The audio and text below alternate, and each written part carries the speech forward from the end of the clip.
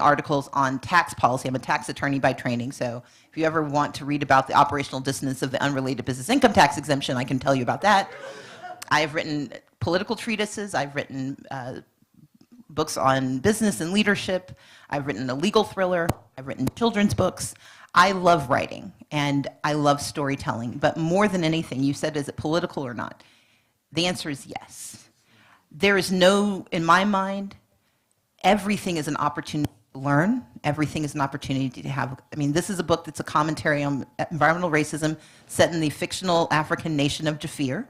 And I talk about terrorism and just how we have complicated questions of industrialization in the 21st century. But I managed to do all of that with a romance novel, and she got her man. So there you go. Wow, thank you. Yes, Obin. Hi, Stacey. I'll leave the fangirl until after the talk. My name is Obinna. I represent Civic Eagle. It's actually a US-based policy intelligence company. One of our tools has been used by Fair Fight to track and monitor, voters' rights legislation across the US. And that is really the reason for my question. One of the reasons we have such a swell of interest in this election cycle is because of some of the successes that we made with our Electoral Act, amending it. But it was such an uphill battle, a lot of uncertainty, a lot of pushback from the political establishment. And we left a lot of things on the table. So all things that we really wanted to push through civil society, we didn't get it through. And the thinking is that, we will look at it in the next cycle, diaspora voting, all of that. So we'll look at amending the Electoral Act before the next general elections. But I guess my question to you really is, to get some insights from you, especially on Fair Fight experience, battling voter rights legislation across the country. What are some of the biggest challenges you faced with that kind of campaign? And then secondly, as we prepare for further amendments in the Electoral Act to further strengthen the electoral system for future elections, what kind of strategies and advice would you give to civil society and voter rights organizations like us? Well, first of all, I think thank you for the work that you've done, and indeed that technology has been essential. So Fair Fight was created in the wake of the 2018 election to, first and foremost, solidify the responsibility to combat voter suppression. In 2018, 2019, there are many people who either didn't believe that voter suppression was real, they couldn't define it, they just knew they were uncomfortable, they knew something was wrong, or they lied about it and pretended it didn't exist. And so one of the books I've written, it's called Our Time Is Now, really lays out the history of voter suppression in the United States. But when you think about the conversations that we've been having this week about the challenges you all are going to face on Saturday, we are still debating some of those same issues. Who has access to an ID? When can you shut down a polling place? How do you clean voter rolls? Who gets taken off the rolls? Who stays on? These are perennial questions for democracies. And so I think the first bit of advice is do not believe that it is endemic to Nigeria. Democracies face, the reason NDI and IRI exist is that democracy is messy and hard and complicated, and there are legitimate reasons for almost every dumb thing people do. And those both have to be remembered. One, that there is a legitimate reason, and sometimes it's dumb anyway. And so part of the challenge and the opportunity is picking the things that are most essential to the next step that you need to take. When we filed suit in Georgia, we had a litany of things we could have filed on, but we had to be very careful about what we chose, because it is easy to glom onto something that seems attractive and seductive, but doesn't actually move the needle. But your enemies will seize on it and say, well, we gave you that thing, so we don't have to do anything else. So don't ask for anything you can actually do without. That's the first job. Ask for those things that are actually foundational and essential and explainable. Often when people lobby politicians They come with a solution or with a problem and its solution. But if you can't explain why it matters, it is easy to ignore you because they'll just give you a different solution. It doesn't solve your problem. It's like your car's broke down on the side of the road. A good Samaritan comes to help you and they give you a whole can of gas and you're like, yeah, but somebody stole my engine. The gas doesn't do me a bit of good, but it was an answer, just not the answer to that question. Well, in politics and in lawmaking, they will often give you the can of gas knowing that the problem is your engine, but because you never explained that it was the engine, they didn't have to fix that problem. So 1, only things that are essential. 2, only things that you can explain. Make sure people there's no confusion about why this is necessary. And the third is ask for 3, knowing you'll get 1. There is a greed that comes with victory. You all got an entire electoral act and you're like, ooh, I'm coming back. They know you're coming now. And depending on how this election turns out, whatever part they didn't like before, they're probably going to double down on. And so be prepared to be told no, but give yourself enough options that yes becomes the answer to something. America has been at democracy since 1787. And we're still trying to figure it out. You guys have been at this since 99, this last go-around. It's going to be messy. There are going to be mistakes, and people that are your allies are going to make terrible mistakes. People who are your enemies are accidentally going to help you. And that's the last one. They're going to get something they want, and they're going to turn that into their cri de coeur. They're going to be upset about this. Find out if you can use that to your advantage. I mentioned earlier, unlikely allies, they don't have to know they're your ally. You can appropriate their issue. But if they think that your solution solves their problems, let them. Sometimes in politics, we want to be so right that we beat ourselves. Let them win if it gets you what you want. That is one of the hard, it takes discipline. It takes discipline not to go on Twitter and secretly tell the world what you're really up to. It takes discipline not to use TikTok to mock the person you just defeated. The internet is forever, and so is revenge. So don't give them ammunition, okay? Wow. Okay. Sarah, okay. Thank you. Thank you to Yaga for this amazing session. Honorable Stacey Abrams, thank you so much. It's so clear that you are part of the United Methodists because you've been preaching since you started. A few of us are taking offering over here to give it to you. So just letting you know. I love just how many hats you wear. And I wanted to ask you about narratives. You're a storyteller, and we know the power of story. So I'd love to hear from your experience how you've used the art of telling stories, A, to fuel a movement, and B, to infuse that into politics. Thank you. And this goes back to the earlier question. Fair Fight is a story. It began with the name of the organization. I could have called it, the movement for democratic rightness. No. I called it Fair Fight. It is simple, it is resonant, and it gave people a reason to act. Because you have to remember, in that election, 1.9 million people voted for me. I received more votes than any Democrat in the history of Georgia, including President Barack Obama. I did not win, but I'd convinced young people, black people, brown people, women, communities that had been marginalized. I convinced them all that their story was part of my story. And in the aftermath of that election, one of the reasons for Fair Fight was that they needed a place to focus their energy and their disappointment. And I'm going to say this, I don't know who anyone wants to vote for, but somebody in here is not going to get what you want. The responsibility of narrative building is to tell a story of survival and capacity and opportunity.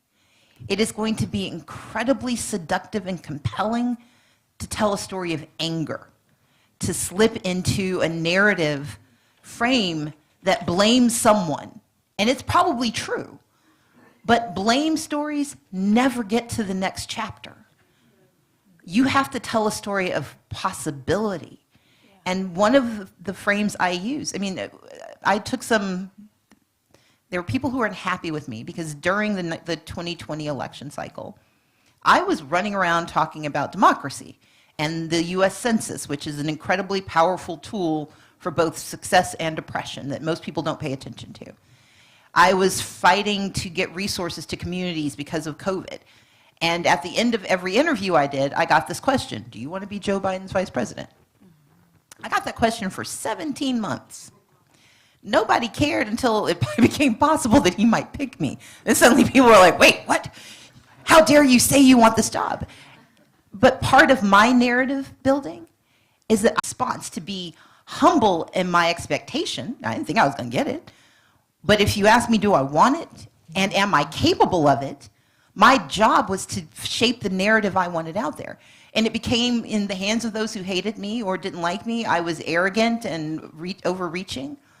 But for so many women who wanted something, who thought they shouldn't have, they saw someone who is slightly larger, darker, and different than they were expecting to see, laying claim to a power they had never seen held. And so part of what you all can do in this election and afterwards is remind people of the power they're going to feel when they stand in those lines. Remind people of the power they feel when they have the ability to engage in democracy, because there are so many nations on this continent where that power is not real. It may not be perfect here, but it is real here. And so part of the narrative shaping, the obligation of every person in this room, is to tell the story of opportunity and possibility, grounded in accountability, and always looking for more and looking for perfection, but never demanding perfection at the expense of progress.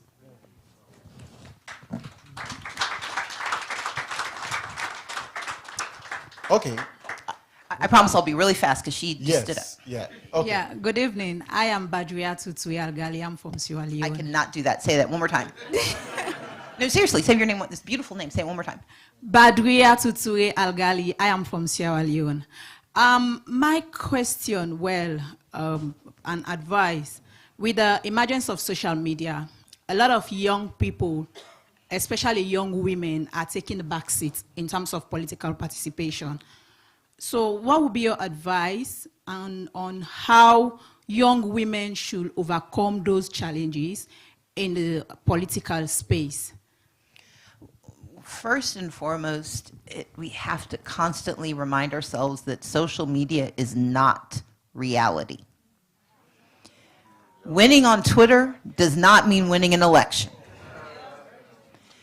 Because while the 18 to 34-year-olds are 40% of the population, you are not 40% of the votes until you get there. But you also have to remember the other side, the other 60%, they've been here a minute and they know where everything is. And so social media it goes back to tools. It is a tool. It is not a mission. And there are those who use their messaging on social media to be their mission, especially when it's young people. And for young women, it's getting convinced that our voices aren't heard if they're not heard in that medium. Instead of using that medium as the only tool, see it as it's a supporting player. But it goes back to don't go alone. Creating hashtags that young women in politics can use to amplify one another. I mean, we've seen, Black Twitter exists for a reason.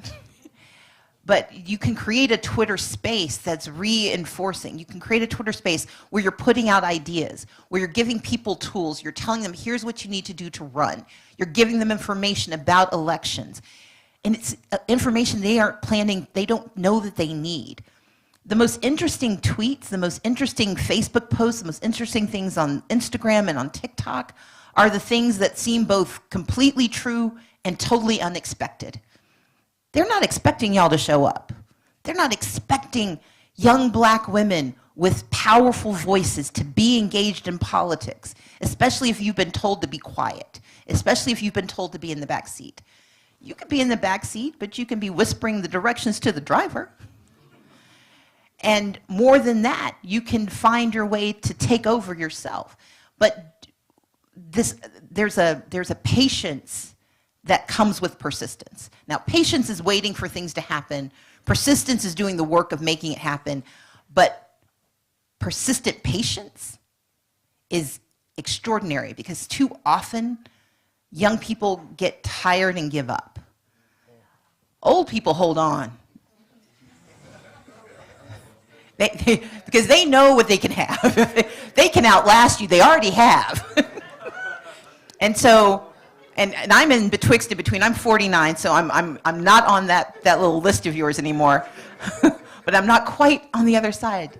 So, 7 months. Anyway, my point being, for your purpose and for the purposes of all of you, it's create your own spaces.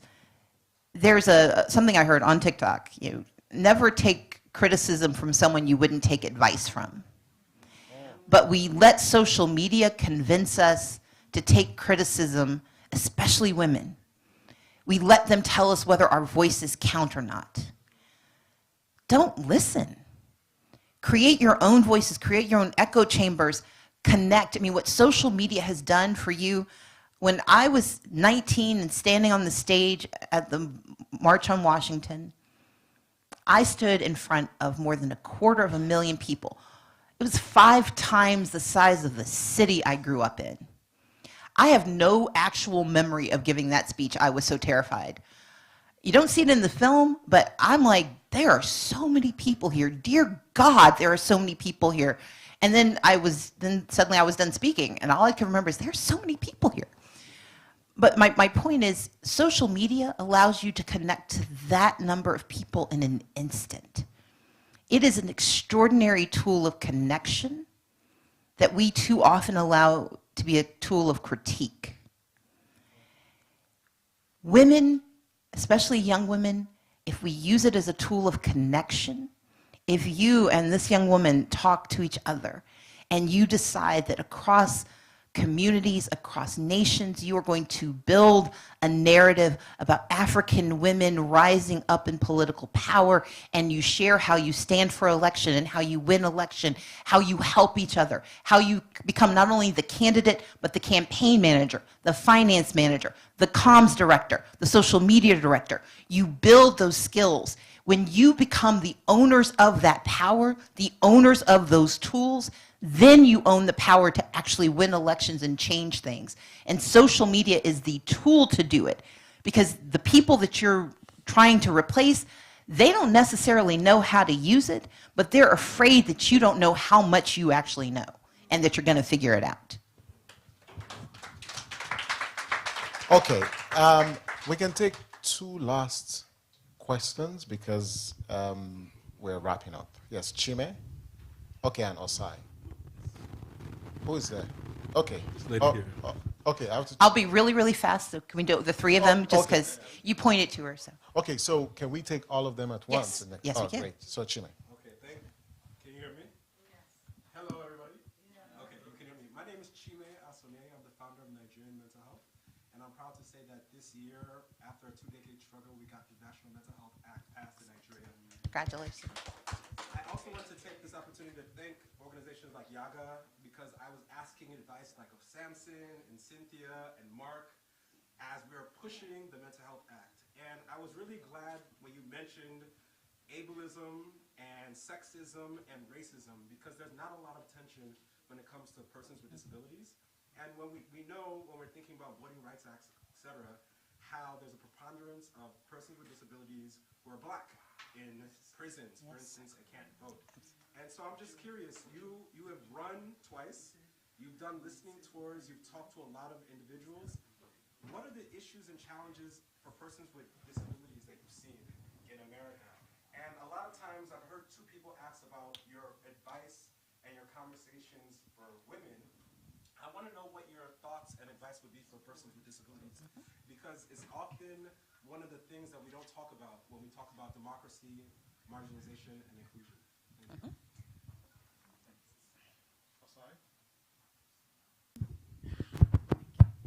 Thank you very much. My name is Osai Ojigo, Director of Amnesty International Nigeria. It's a pleasure to finally meet you. My question is around financing. Elections are expensive. Mobilizing people is also quite a challenge. And there's been a lot of conversations around how NGOs are also interacting with social movements. It would be good to hear your experience of raising funds, particularly on issues you care about, but also in terms of ensuring that some of the conversations around whether we should have a cap on financing in elections is possible, is realistic, and then how we can begin to, harness other alternatives to money in these kinds of conversations. Thank you. Hello, good evening. My name is Chebuka. I'm a writer and a project manager. I'm probably different from most people in this room because I'll be a first-time voter, not because I wasn't eligible, but I would say that the work of organizations like YAGA and all the other groups represented here have brought me to where I am today. So my question for you is really about keeping that momentum going between election cycles.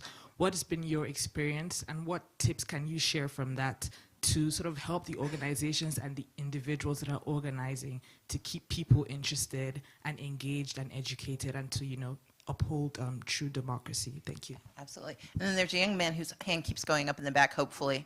Go ahead. Yep, you. With the glasses. You're looking behind you now. Yep. Yes. I'm flattered that you think I'm young. My name is George Kegoro. I work for the Open Society Foundations. I'm over 50, so my question is the following. Obama became president of America. That means the black people have achieved the pinnacle of political power in America. What does it matter then that you're organizing at a level other than president? So do you think it is a complicating or supporting factor for your own politics and for your own journey and for the journey of black people in the United States of America? Okay. Starting with mental health, I believe, in fact, each campaign I've run, I have intentionally had a council on disabilities as part of my campaign. We have always intentionally hired. This last cycle, we hired 7 of our 100 employees had a physical or mental disability. I serve on the board now of the Board of Advisors for the New Disabled South. Disability is a form of marginalization in our politics that is insupportable, and mental health is a part of that conversation. I have been an incredible advocate for Medicaid expansion, which is a policy that provides access to health insurance that 39 states have adopted, but the states that have not accepted that money, they literally are refusing money that is free to give health care to the communities. It's largely southern states, so it's largely people of color, black people who aren't getting this help. And it specifically implicates mental health because they cannot get access to mental health services because we don't have the resources to hire mental health professionals in Georgia, in Mississippi, and Alabama. I believe that mental health is not only an essential right. Those for whom mental disability is a challenge, it becomes a justification for ignoring every other need. And so for me, you cannot say that you believe in engagement and inclusion if you do not include mental health, physical and intellectual disabilities. You have to have that whole conversation, and it can't be a policy paper. It has to be embedded in your campaign. And so in every campaign I run, I have made it a part of what I do. I make it a part of, I mean, there was an evaluation of our website. We had the most accessible website in the nation for candidates who are running for office. And even now, my responsibility is to be an advocate. And so a very long way of saying that for campaigns to be true to their goals of representation, you cannot pick the communities you want to represent. But we also have to acknowledge the harm. Voter suppression is most acute with those with disabilities. if you cannot access the ballot box. Georgia removed, they made it harder to vote by mail. This is something that we fought for.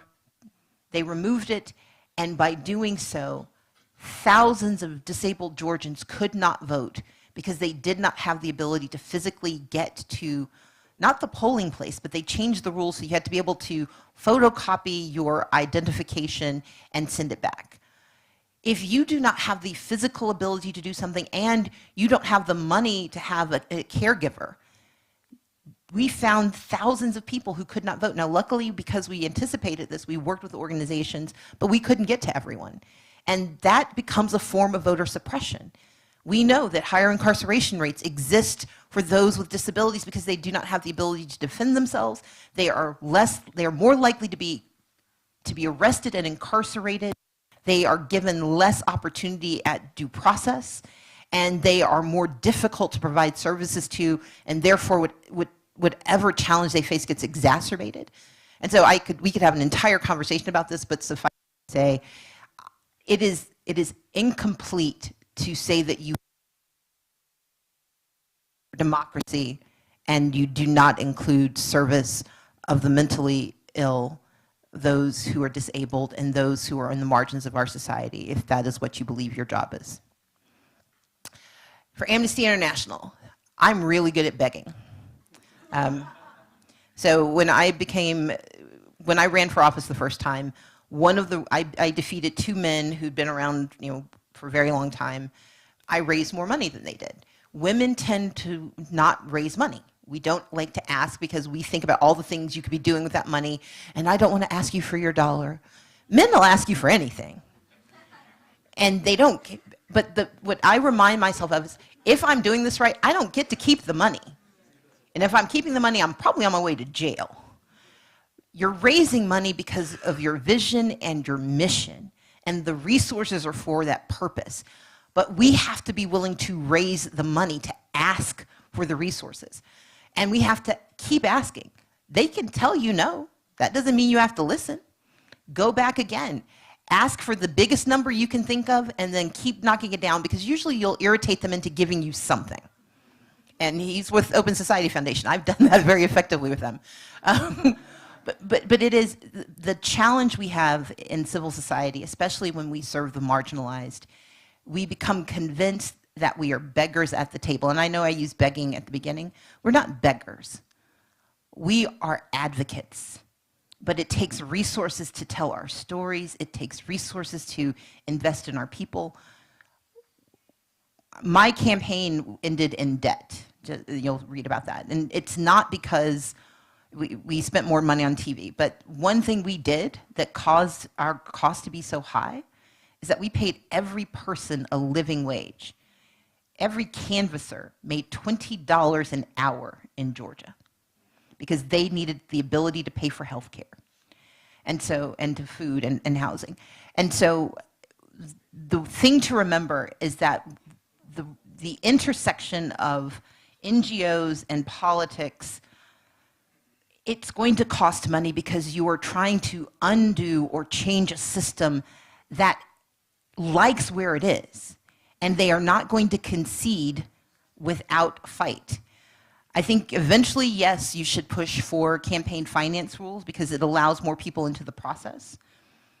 But before you get there, at least work on, if not changing the limits, then changing the process. Because if you can't get them to limit how much money you can have, get them to report where you got it. Because transparency is often much more easily achieved than choking off, because people don't want to tell you where they got their money. And the more you know, the harder it is to hide what you're going to do. And that goes back to the question about representation. As a writer and a first-time voter, welcome aboard. Part of what I was saying to the question about narratives is that if the work is important enough for you to stand for office, it has to be important enough for you to do the day after the election. But the change is that when you're telling people to vote, I talk about it as medicine. We tend to treat elections as events, but the people who are successful know that it is a process. It is medicine. The ills of our society get cured in democracy by participation. And if we stop taking our medicine, whatever ill it is coming back and bringing friends. If we think about it as a cancer, it metastasizes. And so we have to stop treating elections. We like the energy and the excitement that it gives us, but you cannot sustain that level of anxiety or excitement. It's going to dissipate. And the question is, does it disappear or do you titrate it down? And so it's being intentional with groups like this to the day after, regardless of the outcome, to remind people of why they wanted the change in the first place. You wanted this to be different. You wanted someone to talk about mental health. You wanted someone to talk about women. You wanted someone to talk about religious intolerance. You wanted someone to talk about X. That's why you do this. So let's think about where else we can go. But let's also hold whoever won accountable. They don't get to stay. Every 4 years, we get a do-over. And in 4 years, if we start planning today, imagine what we can do in that 4th year. And so it's using the 4-year election cycles, not as interregnums between points, but as building blocks towards the next point. It is how we build consistently, and it's why I create organizations. Because people are like, you've created how many organizations? I create organizations because I got stuff to do, but the work still needs to happen. And so if I do my job, there's someone who's thinking about this all the time. Most voters can't focus on the issue that matters most to you every day, but you want them to know that when it comes up again, you're the person to go to have that conversation. It did not go away. Voter suppression got its second